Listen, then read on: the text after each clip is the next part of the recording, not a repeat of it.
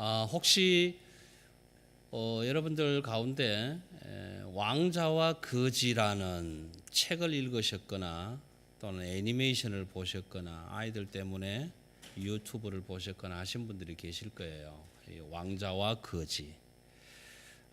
내용을 다 설명 안 드려도 여러분들 잘 아실 거예요. 잘 아실 거고. 그래서 마크 트웨인이라는 사람이 46세 되던 해에 이 책을 씁니다.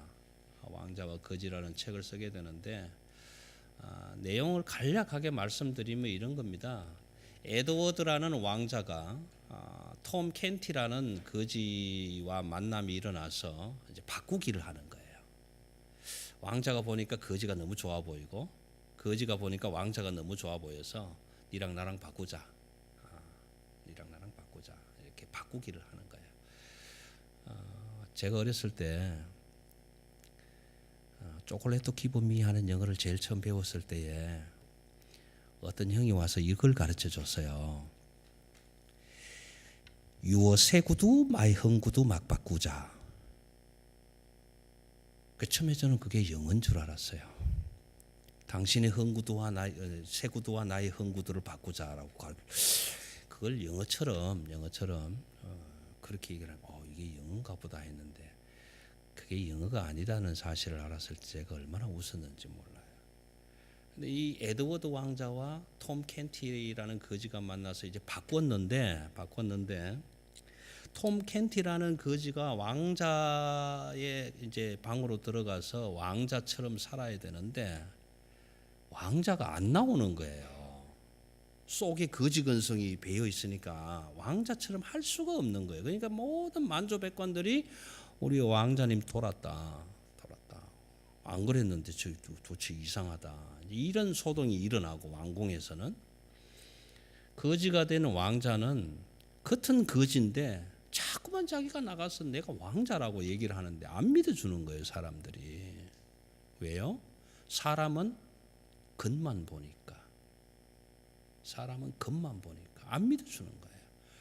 이런 일이 일어나면서 우여곡절 끝에 에드워드가 다시 이제 왕궁으로 들어가는데 거지 왕자가 있으니까 아니 저놈은 누구냐? 내가 진짜 왕자예요. 내가 에드워드예요. 그래도 안 믿어. 임금도 아버지도 안 믿어주는 거예요. 그래서 네가 진짜 왕자인 것을 한번 밝혀봐라. 그러면 어떻게 내가 너를 믿을 수 있냐? 그러니까 이 에드워드 왕자가 임금의 국세가 나라의 도장이 어디에 있습니다라고 정확하게 지적을 하면서 이놈이 진짜 왕자구나 이렇게 해서 다시 원상복귀되는 이런 내용의 이야기인데 오늘 제가 서두에 이 말씀을 드리는 것은 뭐냐면 신분이 바뀌는 거예요. 우리 그리스도인들은 신분이 바뀐 사람들이란 말이에요. 겉은 어떨지 몰라도 겉은 화려하지 않을지 몰라도 겉모습은 왕자 같지 않아도 드러나는 건 뭐가 드러나야 되냐? 예수 그리스도의 모습이 드러나야 된다라는 거예요. 겉은 화려하고 삐까번쩍하고 저 사람 교회 다니더니 출세했네 뭐 했네 뭐 그런데 그렇게 보이는데 속에 드러나는 거는 맨날 톰 캔디처럼 거지 근성만 드러나. 그래서는 안 된다라는 거예요. 오늘 그리스도인들은 저와 여러분들은 신분이 바뀐 사람들이다. 그러면 옛 일은 벗어버리고 새로운 모습으로 살아가야 된다라는 거예요. 이게 오늘 골로새서가 얘기하는 주요 핵심 내용이다라는 거예요.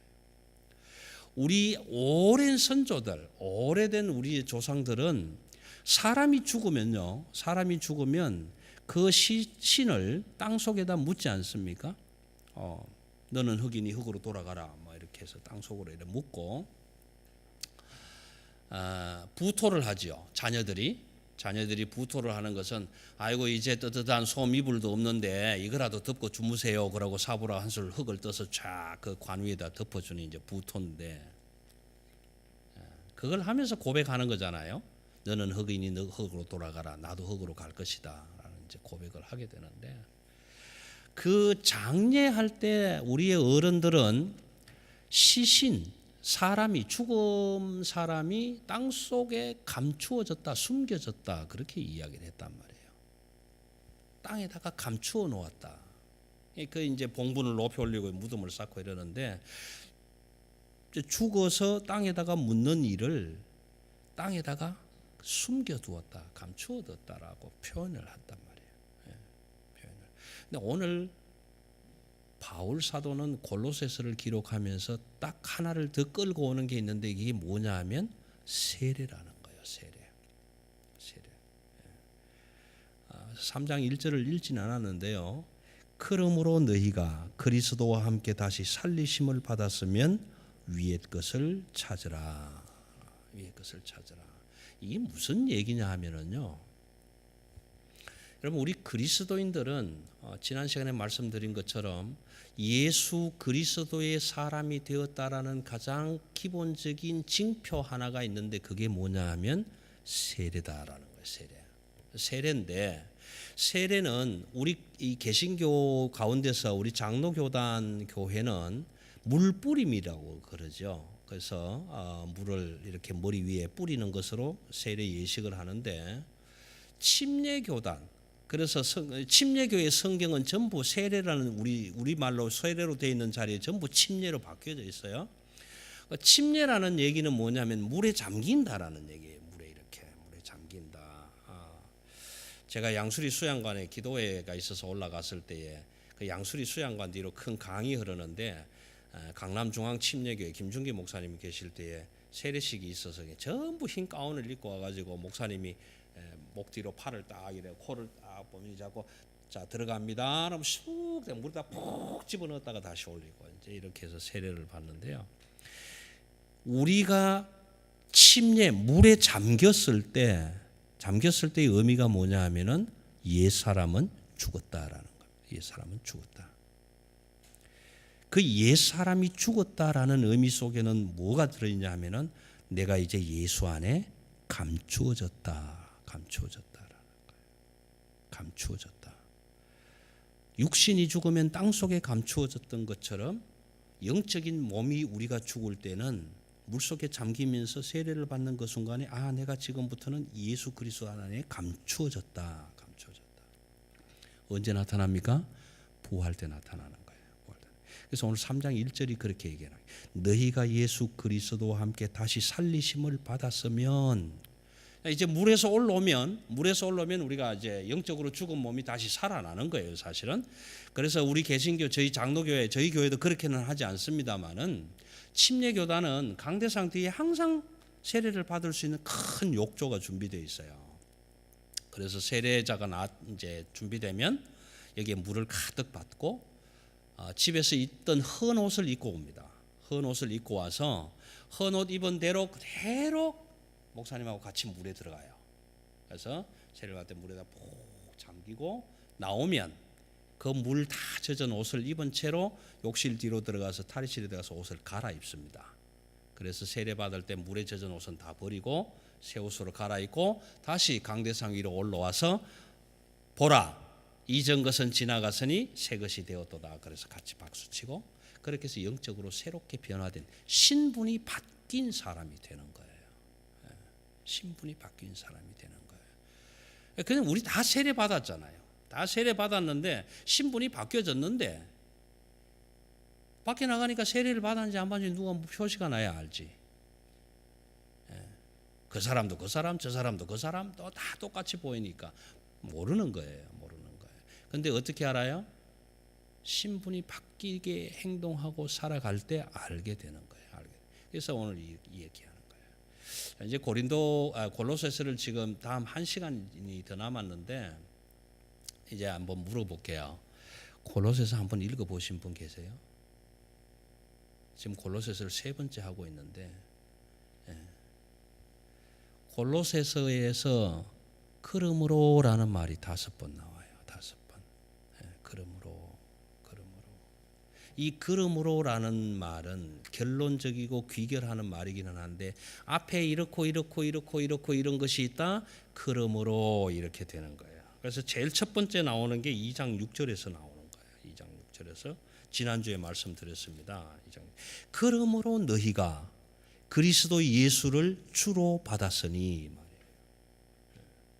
그러므로 너희가 그리스도 예수를 주로 받았으니, 신분이 바뀌었으니 블라블라블라블라 철학과 속임수에 사로잡혀서 살지 말고 오직 예수 그리스도를 향한 믿음으로 깨어 있어라.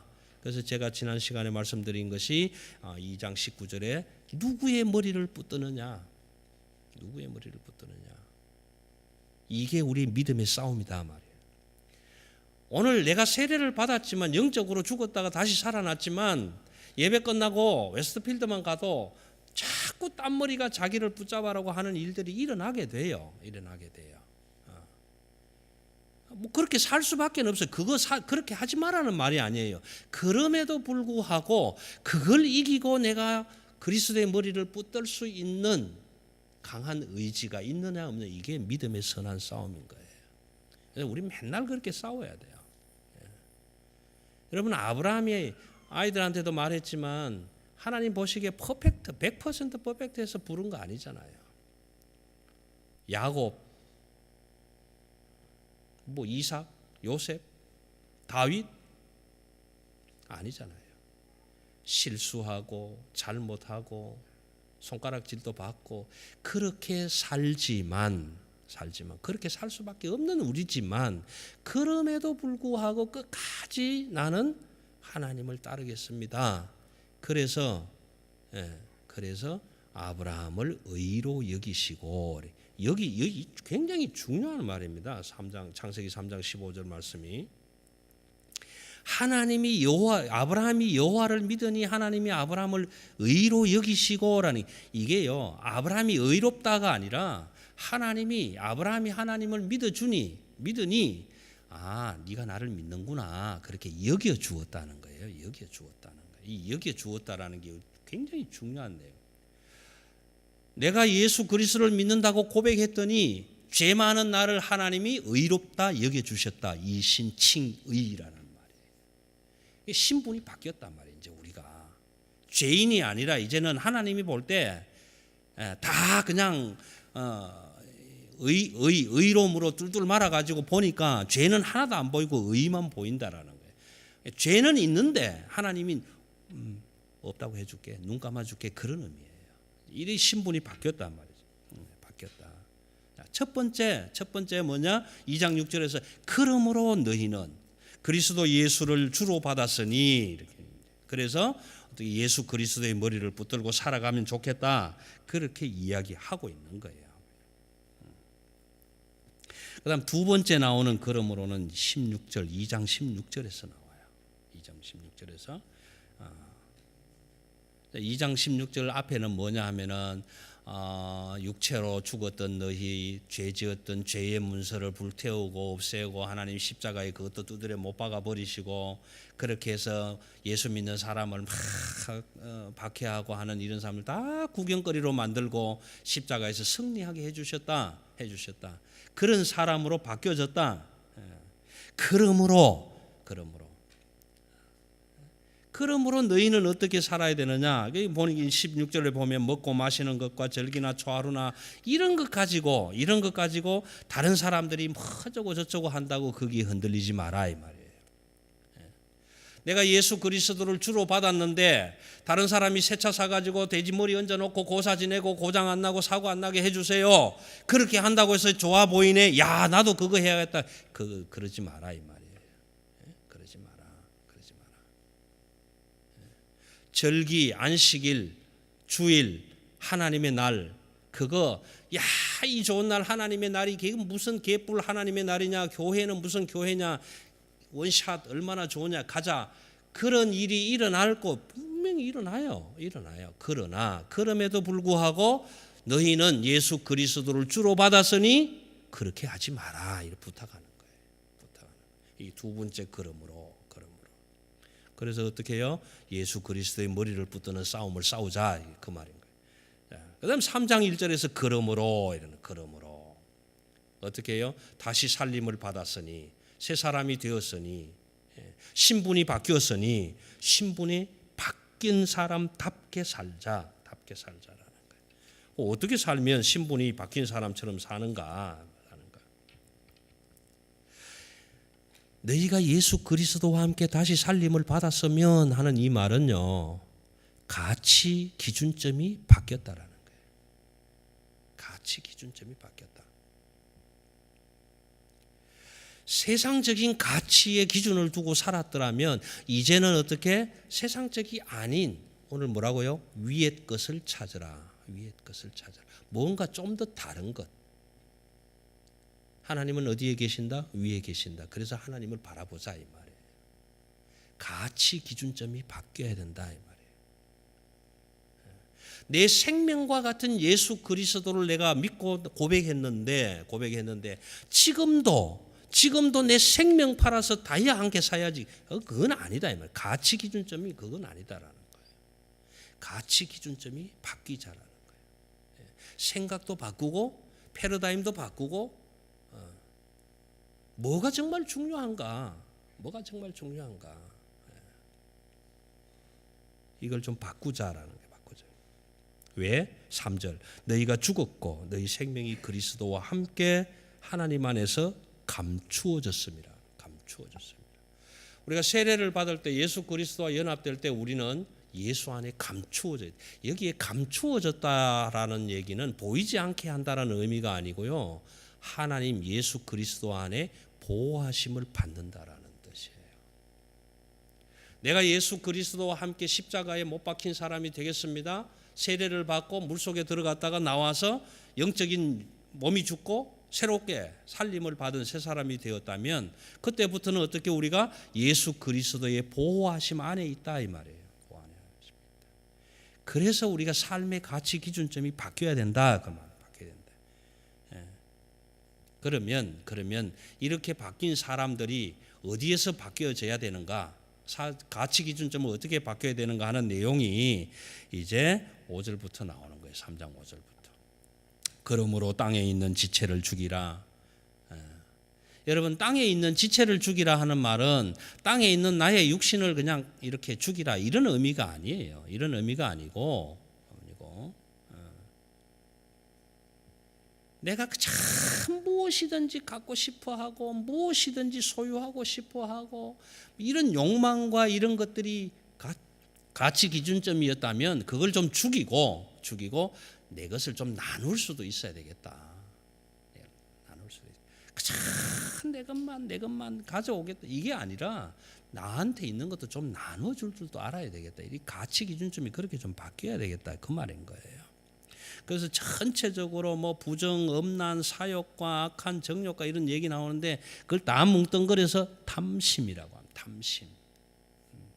에베소서 6장 10절에도 탐심은 우상숭배니라 얘기를 하지만 여기서도 지금 탐심은 우상숭배라 그랬는데 여러분 탐심이 왜 우상숭배냐라는 거예요. 왜 우상숭배냐? 내가 가질 수 있는 권한이 없는데 그걸 끝까지 가지려고 하니까 그런 거예요. 이게 탐심이다 말이에요. 그칠 줄 모르는 욕망. 가져도 끝이 없는 욕망. 이 탐심을 어디까지 끌고 가느냐 하면 내 손으로 우상을 다듬어 놓고 그 우상 앞에다가 이걸 달라고 빌고 있는 모습이 되는 거예요. 그래서 탐심은 우상숭배니라. 여러분 이 탐심은요 10계명의 10번째 이야기입니다. 10번째 이야기. 10번째 뭡니까? 내 이웃의 것을 탐내지 마라. 도둑질하지 마라. 내 이웃의 종이나 뭐 낙이나 아내나 이 말이요. 세상에 자기 이웃의 아내를 탐내는 사람이 얼마나 많겠습니까? 별로 없을 거라고요. 아니 내 아내도 있는데 왜 남의 아내를 탐내? 장가는 안 갔으면 모르지만. 그런데 이 말이 무슨 말이냐 하면은요. 성물 개념이에요. 성물. 거룩한 물건. 하나님의 성물. 그게 무슨 말이냐면요. 하나님이 내게 주신 것이 아니면 남의 것이잖아요. 그 남의 것은 하나님이 주신 성물이라는 거예요. 성물. 하나님이 주신 거룩한 거예요. 그런데 그걸 탐내지 마라 그 말이에요. 내 것이 아닌 것을 뺏으려고 하지 마라. 욕심내지 마라는 것은 하나님의 거룩한 것을 그에게 주었는데 그걸 내가 가져오려고 하니까 하나님의 거룩한 것을 탐내지 마라라는 거예요. 그래서 내 것이 아니면 거룩한 거예요. 남이 가지고 있는 건 거룩한 겁니다. 그래서 뺏어오면 안 되는 거예요. 탐내면 안 되는 거예요. 그러니까 가치 기준점을 이제는 바꾸어서 살자 말이에요. 바꿔 살자. 예전에는 야 남이 갖고 있으니까 그거 어떻게 좀 이게 아니고 지금은 바뀌었으니 하나님이 저 사람에게 가장 귀한 것을 주셨구나. 거룩한 것이구나. 그럼 그 사람에게 거룩한 거예요. 근데 그걸 뺏어오려고 하면 안 되죠. 가치 기준점을 바꿔야 된다 이 말이에요. 근데 이걸 만약에 안 바꾸고 탐심을 계속 가지고 있으면 6절에서 뭐라고 합니까? 하나님의 진노가 임하게 될 거다라는 거예요. 그래서 우리는 조심해야 되는 거예요. 10절에서 다시 얘기합니다. 새 사람을 입었으니 우리가 입은 새 사람이 어떤 거냐면 하나님의 형상이 회복됐단 말이에요. 지난번에는 다 구겨져서 세상 사람처럼 살았는데 지금은 회복됐단 말이에요. 하나님의 형상으로 회복된 사람이란 말이에요. 여러분 하나님의 형상이라는 회복됐다는 굉장히 중요한 겁니다. 우리 얼굴은 다 다르지만 모양새는 다 다르지만 이 얼굴 모양새 안에 내 안에 하나님이 형상이 새겨졌단 말이에요. 이게 사실은 예수 그리스도 안에 지금 감추어져 있어요. 잘 안 나와요. 그런데 언제 나오느냐 하면 우리가 그렇게 살아갈 때 드러나게 되는 거예요. 그래서 가치 기준점이 바뀌어야 된다는 거예요. 근데 이거는 예수 믿는 사람만 그렇게 살아야 되나? 예수 믿는 사람만 꼭 그렇게 살아야 되나? 아니다. 예수 안 믿는 사람도 그렇게 살아야 된다는 거예요. 그래서 그 다음 나오는 이야기 11절에서 헬라인이나 유대인이나 헬라파나 모알레파나 야만인이나 서구디안이나 차별이 없느니라. 좀 쉬운 말로 노랑머리나 까만머리나 하얀머리나 빨간머리나 차별이 없다. 할례를 받은 사람이나 안 받은 사람이나 세례를 받았나 안 받은 사람이 차별이 없다. 다 그렇게 살아야 된다. 이게 하나님의 샬롬이에요. 이게 하나님의 샬롬이라는 겁니다. 근데 우리는 그렇게 못 살고 있잖아요. 못 살고 있잖아요. 그러니 그런 우리를 바라보고 오늘 12절에서 다시 한번 그러므로 하나님의 형상을 받았으니 그러므로 어떻게 해요? 하나님이 택하신 자처럼 나는 하나님이 택하신 자야. 그럼 어떻게? 하나님이 택함 받은 사람처럼 살자라는 거예요. 너희가 예수 그리스도를 주로 받았으니라고 말씀드릴 때에 내가 받은 것이 아니라 하나님이 주셔서 나로 하여금 받게 했기 때문에 내가 받았는지 안 받았는지 잘 몰라. 그렇지만 하나님은 우리를 택해서 하나님의 사랑받는 자처럼 여겨주셨단 말이에요. 당신과 나는 사랑받는 사람, 사랑하는 사람으로 태어났단 말이에요. 그 안에 이제 보호함을 받았으니 어떻게? 겸손과 온유와 오래 참음을 옷 입고 살아야 된다. 헌 옷을 다 버렸잖아. 미움, 다툼, 시기, 질투, 욕심 다 버렸다. 버리고 갈아입은 새 옷이 있는데 그 새 옷이 다른 거잖아요. 왜? 신분이 바뀌었으니까. 그래서 그러므로 그럼 어떻게 살까? 13절. 13절에서 가장 중요한 것은 용서입니다. 용서.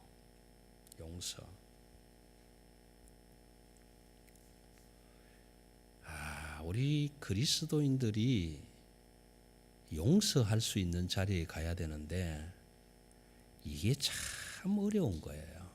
이게 너무 어려운 거예요. 이상하게 이렇게 나는 다른 사람을 용서 안 해주고 싶은데 자기는 용서받고 싶은 거예요. 나는 용서받고 싶은데 남은 용서해 주지는 않아. 그런데 이 용서가 쉽지는 않아요. 얼마나 안 쉬우냐 하면 하나님도 잘 못하실 만큼. 여러분 한번 보세요. 출애굽기 32장에 가면은 모세가 산에 올라가서 늦게 내려오니까 아론한테 사람이 뭐라고 하냐면 이러잖아요. 어이 아론, 모세는 산에 올라가서 죽은지 살았는지 모르겠네. 안 내려오네. 그러니까 우리를 만들 신을 좀 만들어 주지.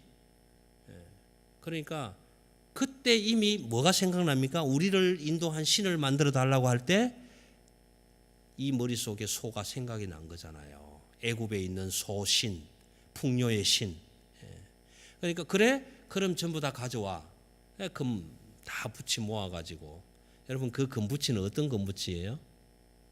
이스라엘 백성들에게 은혜를 베풀어 주셔서 꼭두 새벽에 60만 대군이 나올 때에 동네방네 옆집마다 가가지고 야 가지고 있는 금 좀 주라 할 때 또 그 사람들이 다 줬단 말이에요. 다 그냥 이거는요 아까 말씀드린 것처럼 남이 가지고 있는 것을 뺏어온 게 아니에요. 성물을 훔쳐온 개념이 아니라 하나님이 은혜를 입어서 다 주게 했단 말이에요. 그걸 가져왔는데 그 귀한 물건들을 다 가져와서 부어갖고 소 형상을 만들어 놓고 이놈이 우리를 인도할 여호와 하나님이다. 이제 그래 버렸단 말이에요. 그러니까 하나님이 보시기에 모세야 내려가라. 왜요? 밑에서 난리 났다. 무슨 일인데요? 내가 싸그리 다 없애버리겠다. 씨도 안 말리고 싹 다 없애버리겠다. 그러잖아요. 그 얘기를 듣고 모세가 돌판을 들고 내려와서 보니 하나님이 야 그러고도 남겠네. 그러니까 뭐라고 합니까? 돌판을 집어 던져버리잖아요. 그리고 엎드려서 모세가 이렇게 기도합니다. 하나님 좀 참아주세요. 지금 여기서 다 죽이면 아이고 너그 전능하신 하나님이 어디 죽일 데가 없어서 여기 광야까지 끌고 나와서 다 죽이냐. 참 이럴 것 아니냐. 그러니 좀 참아주세요. 그러니까 그 소리 듣고 하나님이 용서하잖아요. 용서하는 거예요. 용서가 그렇게 힘이 드는 거예요. 우리 가치 기준점을 좀 바꾸면 그렇게 살아가야 되는 거예요. 어떻게? 차별이 없다는 거예요. 이건 하나님 앞에서 차별이 없다는 거예요. 세상이 샬롬으로 바뀌어지려면 그렇게 살아야 된다는 거예요. 그래서 사람들의 기준에서 하나님의 기준으로 좀 가치 기준점을 바꾸어서 살자. 나누고 섬기고 용서하고 사랑하고 그렇게 좀 바꾸면서 살자라는 거예요. 자, 그 다음에 중요한 말씀이 하나 나오는데 이게 뭐냐 하면은 15절 말씀이에요. 자, 하나님의 기준으로 사람의 기준에서 하나님으로 기준으로 바꾸어서 살려고 하니 세상 나가서 살다 보면 날마다 열받잖아요. 야, 내가 좀 예수 머리 붙들고 좀 살아보려고 진짜 결심하고 기도하고 이러고 나왔는데 딱 마주치는데 또 열받게 만들고 화가 너무너무 미치고 이러잖아요. 이런 일이 너무 많이 일어나는 거예요. 이러니 이게 어떻게 우리가 가치 기준점을 바꿔놓고 살 수 있겠냐 말이에요. 그런 우리를 바라보고 오늘 바울 사도는 15절에서 이렇게 얘기를 합니다. 그리스도의 평강이 너희 마음을 주장하게 하라. 그리스도의 평강이 너희 마음을 주장하게 하라 그래요. 여러분 여기에 주장한다라는 말이 중요합니다. 이게 무슨 말이냐 하면 그리스도의 평강을 내 마음의 심판자로 삼아라 이 말이에요. 심판자. 그리스도의 평강이 너희 마음을 주장하게 하라 하는 말이 이 평강을 하나님이 주시는 평강을 내 마음속에 잣대, 표준 잣대, 심판자로 삼아라 이 말이에요. 자, 그러면 여러분 어떤 일이 생기냐 하면 이런 일이 생깁니다. 불평, 불만, 불안 막 일어났어요. 내 마음에. 불평, 불만이 막 화가 나 치밀고 막 일어나는데 하나님이 주신 평강의 심판자가 딱 됐으니까 그 평강의 심판자가 바라보고 이건 아니야.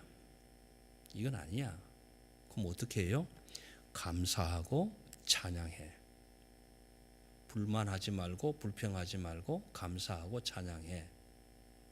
왜? 심판자가 그렇게 심판하는 거야. 평강이니까. 자, 그다음 마음에 막 저주하고 싶고 막 원수도 갖고 싶고 막 보복하고 싶고 해주고 싶고 하는 마음이 생겼어요.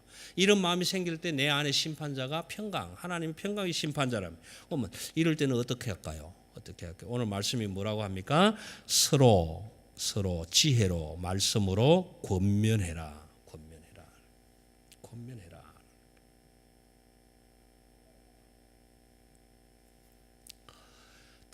세상적으로 살고 싶고 막 뭐 좀 우상적으로 살고 싶고 육신적으로 살고 싶고 남들 좋아하는 거 다 하고 싶기도 하고 막 그거 못 하니까 막 부르부르 열도 나고, 예? 남들은 뭐 좋은 직장 갔다는데 취직도 안 되니까 열 나고 이런 일이 얼마나 많아요. 특히 이민 사회 속에서 굉장히 많아요. 그럴 때마다 내가 살아야 되나 말아야 되나 이런 고민하고 있을 때에 그때에 내 마음속에 평강의 심판자가 되어서 이럴 때는 어떻게 할까요? 이렇게. 모든 것을 예수의 이름으로 해라. 오늘 바울이 그렇게 권면하는 거예요. 15절에서. 왜요? 왜 예수의 이름으로? 모든 것을 왜 예수의 이름으로 하라고 할까? 예수, 가장 귀한 그 이름. 그 예수 그리스도의 이름이 내 생명이니까. 생명이니까. 이 가치 기준을 이렇게 좀 바꾸라는 거예요. 여러분 굉장히 중요합니다. 사실 오늘 이 3장 12절의 그러므로라는 말은 마지막 그러므로예요. 마지막으로 5번을 그러므로 이렇게 하는데 이제 오늘 여기 마지막 그러므로예요. 마지막 그러므로. 자, 이제는 그러므로 신분이 바뀐 사람들은 어떻게 살아야 합니까? 오늘 16절 17절 말씀이에요. 예. 그래서 저 중요한 17절 말씀을 드리고 마칠게요. 16절 17절 말씀. 무엇을 하든지 말에나 일에나 다 주 예수의 이름으로 하고 그를 힘입어 하나님 아버지께 감사하라. 이 감사를 어떻게 하느냐 하니까 16절 후반에 나와 있는 거예요. 시와 찬송과 신령한 노래를 부르며 감사하는 마음으로 하나님을 찬양하고 그렇게 했단 말이에요.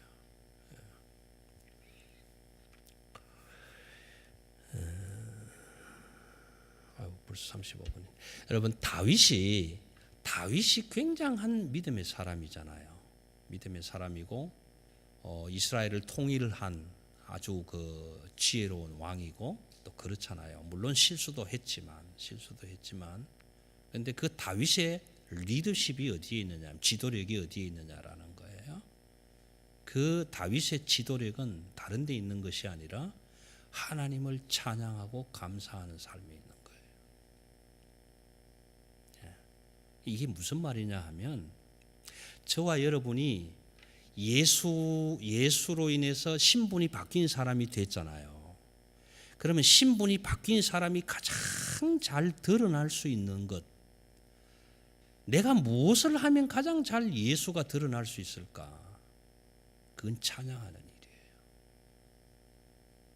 내 삶 속에서 예수 그리스도 생명보다 귀한 그 이름을 찬양하고 감사하고 시와 신령한 노래와 찬미로 나아가는 것, 그것이 하나님을 가장 잘 드러내는 일이다 말이에요. 하나님을 가장 잘 드러내는 일이다.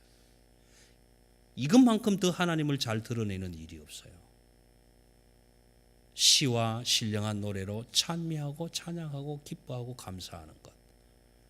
여러분 다윗이 얼마나 기뻐하면 법궤를 들고 들어올 때에 바지가 훌루덩 벗겨지는 것도 모르고 춤을 추면서 기뻐했단 말이에요. 그렇게 하나님을 드러내는 다윗을 향해서 미갈이 뭐라고 합니까? 왕이 채신 머리 없이 바지도 훌루덩 벗겨지는 것도 모르고 여인들 앞에서 춤추고 그래갖고 되겠습니까? 그러니까 그냥 문둥병이 들어가는 거잖아요.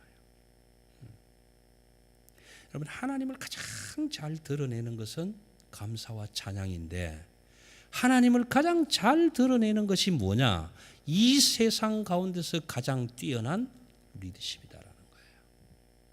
왜요? 시편에서 뭐라고 고백합니까? 다윗이 여호와 하나님을 왕으로 삼은 나라는 복되도다. 복되도다. 여러분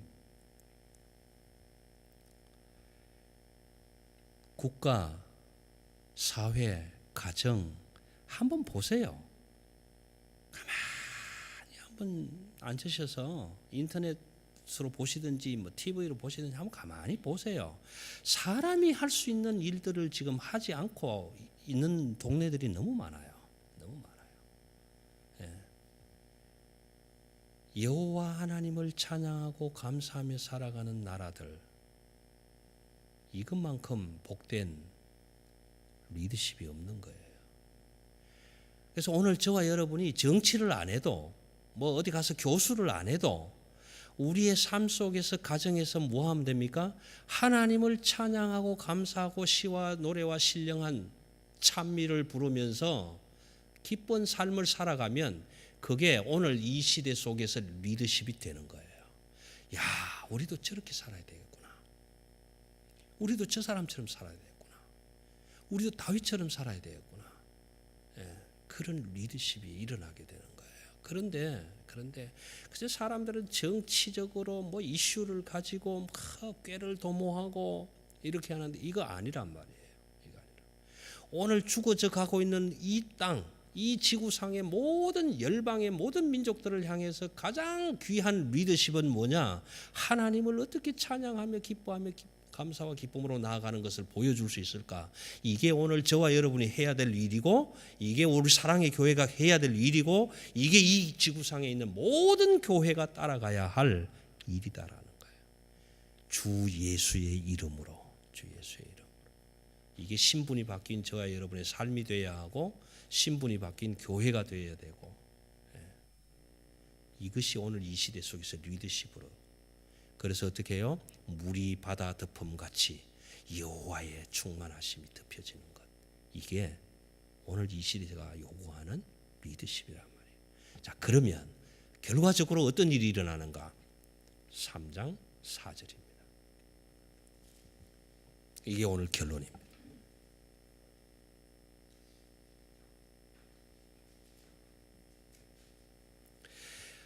여러분, 우리가 이제 예수 안에 새로운 신분이 되어서 예수 안에 보호를 받고 예수 안에 감추어졌잖아요. 감추어졌단 말이에요. 그래서 이 땅에서는 우리가 삶으로 살아갈 때, 아, 내가 예수 믿는 사람이 되었구나. 시기와 질투와 미움과 지탄을 받게 될수록 나는 예수 믿는 사람으로 자꾸 드러날 수밖에 없는 거예요. 그런데 세상에 나타나는 것도 참 중요하지만 그보다 더 중요한 게 뭐냐라는 것이 오늘 3장 4절의 말씀이란 말이에요. 예수를 믿지 않는 사람도 부활합니다. 예수 믿는 사람도 부활합니다. 다 부활합니다. 왜? 마지막 심판을 받아야 되니까. 그래서 요한복음에서 뭐라고 합니까? 의로운 자는, 믿음의 사람들은 영생의 심판으로, 영생의 부활로, 믿지 않는 사람은 영벌의 부활로, 반드시 심판은 거치게 돼 있어서 믿든 믿지 않든 다 나온단 말이에요. 다 부활한단 말이에요. 살아난다. 그러면 오늘 이 4절 말씀은 뭐냐라는 거예요. 뭐냐? 우리는 예수 그리스도 안에 보호받고 감추임 바 되었다가, 감추어져 있다가, 숨김을 받았다가, 보호함을 받았다가 예수 그리스도 그분이 마지막 날 심판주로 영광 중에 드러나실 때 그때 우리도 나타나리라. 내가 나타나는 게 아니고 하나님이 나를 품으셨다가 내보여 주실 거란 말이에요. 생명책에 기록된 사람들이라고 보여주실 거란 말이에요. 그게 뭐요? 원수들 앞에서 상을 베푸시고 내게 기름을 부으셨으니라는 거예요. 기름을 부으셨으니. 지금은 힘들고 어려울 수 있어요. 세상과 타협하면 살 수도 있어요. 그렇게 살지 말라는 법은 없어요. 그러나 그럼에도 불구하고 나는 끝까지 예수 그리스도의 머리를 붙들고 믿음의 길을 따라가서 그리스도 안에 감추임을 받고 보호하심을 받다가 마지막 날 그 마지막 최종 결성의 심판자 자리에 섰을 때 그때 하나님이 우리를 나타내리라. 우리 측에서는 어떻게 해요? 나타나지리라. 나는 안 나타나고 싶지만 하나님이 나타내 보여주실 것이다. 보아라, 이는 내 사랑하는 자요 내 사랑하는 아들이니라 말씀해 주실 것이다 라는 거예요. 그래서 저와 여러분은 이 땅에서 신분이 바뀐 삶으로 살아가야 되는 이유가 거기에 있는 거예요. 가치 기준을 조금 옮기셔야 돼요. 지렛대의 받침점을 조금 옮기셔야 돼요. 그래서 세상 좋습니다. 아름다운 건 많습니다. 그러나 여러분 한번 생각해 보세요. 오늘 내가 짜장면을 안 먹으면 죽을 것 같아. 그렇지만 그 순간 넘어가면 안 먹어도 사라지잖아요. 그렇지 않습니까? 저거 내가 꼭 해야지, 반드시 해야지. 그래도 지나가면 그거 꼭 안 해도 사라지잖아요. 좀 더 있고 덜 있고라는 차이는 있을 수 있을지 모르겠지만, 그런데요, 마지막 날에는 그게 문제가 아니다 말이에요. 더 있고 덜 있는 차이가 문제가 아니다 말이에요. 예수 그리스도 안에 보호받음을 받고 지키심을 받은 자와 받지 않은 자가 틀리는 게 그게 문제란 말이에요.